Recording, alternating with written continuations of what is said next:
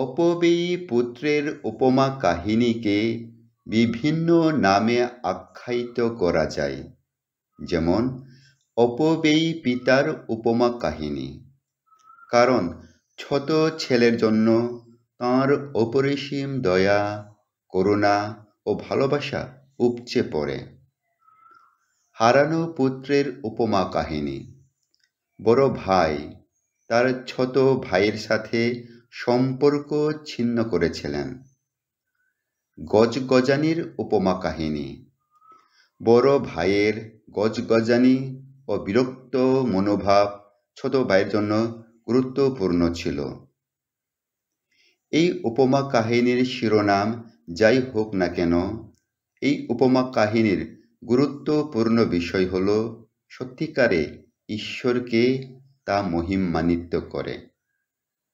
যেমন তিনি একজন প্রেমময় ও করুণাময় পিতা। তিনি হারানো পুত্রকে অবিরাম ক্ষমা করেন, দুহাত প্রসারিত করে গ্রহণ করেন এবং স্বাগত জানান। তিনি ক্ষমা করতে ও ভালোবাসতে কখনো ক্লান্ত হন না। আজকের উপমা কাহিনীতে যিশু পিতা ঈশ্বরকে একজন দৌড়বিদ পিতা হিসেবে উপস্থাপন করেছেন। এই দৌড়বিদ পিতা হলেন বাইবেলের সবচেয়ে আশ্চর্যজনক ঈশ্বরের প্রতিচ্ছবি। কারণ যিশুর সময়ে বাড়ির প্রধান বা উচ্চ পদস্থ ব্যক্তিগণ দৌড়ান না, সেবকেরা দৌড়ান এবং মনিবের আদেশ পালন করেন। উচ্চ পদস্থ ব্যক্তি দৌড়ানোর প্রতীক হল সে তার মান, সম্মান ও মর্যাদা জলাঞ্জলি দিয়ে সেবকের স্থান নেওয়া। তাই পিতা তার মর্যাদা ত্যাগ করে দৌড়ে গিয়ে অপব্যয়ী পুত্রকে গ্রহণ করেছেন এবং স্বাগত জানিয়েছেন। যিশুর শ্রোতাগণও পিতার এ আচরণে হতবাক হয়েছিলেন, কারণ অকর্ম ও অপদার্থ ছেলের জন্য তিনি তার মর্যাদা ত্যাগ করেছেন, অসম্মান করেছেন এবং বোকার মতো কাজ করেছেন। যিশুর শ্রোতাদের মতো আমরাও মাঝে মধ্যে পিতা ঈশ্বরকে ভুলভাবে চিত্রায়িত করি। প্রথম, শিশুরা যখন দুষ্টমি করে, অবাধ্য হয় এবং শিশু সুলভ আচরণ করে, তখন তাদেরকে শান্ত করার জন্য ঈশ্বর রাগী, কঠোর, নিষ্ঠুর ও প্রতিশোধপরায়ণ এই শিরোনামে আখ্যায়িত করি এবং শিশুদের মনে ঈশ্বর সম্পর্কে ভ্রান্ত ধারণার সৃষ্টি করি, যা মারাত্মক ক্ষতিকর। দ্বিতীয়, শিশুরা যখন মন্দ বা খারাপ কিছু করে, তখন পিতামাতা সন্তানদের বলে, তুমি যিশুকে আঘাত করেছ, ঈশ্বরকে কষ্ট দিয়েছ, তুমি আর এ কাজ করবে না। ঈশ্বর সহজে ব্যথা পান এবং অসন্তুষ্ট হন।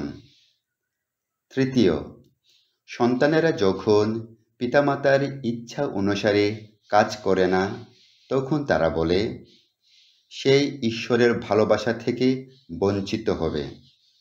এভাবে আমরা দায়িত্ব পালনের উপর ভিত্তি করে ঈশ্বরের ভালোবাসা লাভ করি, এ ভ্রান্ত ধারণার সৃষ্টি করি। চতুর্থ, সন্তানদের কাছে ঈশ্বরকে একজন পুলিশ এবং আমাদের ব্যর্থতার হিসাবরক্ষক হিসেবে উপস্থাপন করি।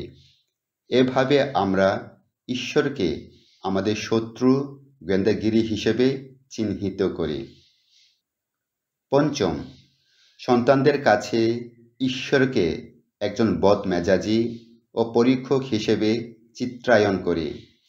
এছাড়াও তিনি আমাদের আত্মত্যাগ ও উপবাসে তুষ্ট হন এবং তাঁর ইচ্ছা পালন না করলে তিনি আমাদের শাস্তি দেন।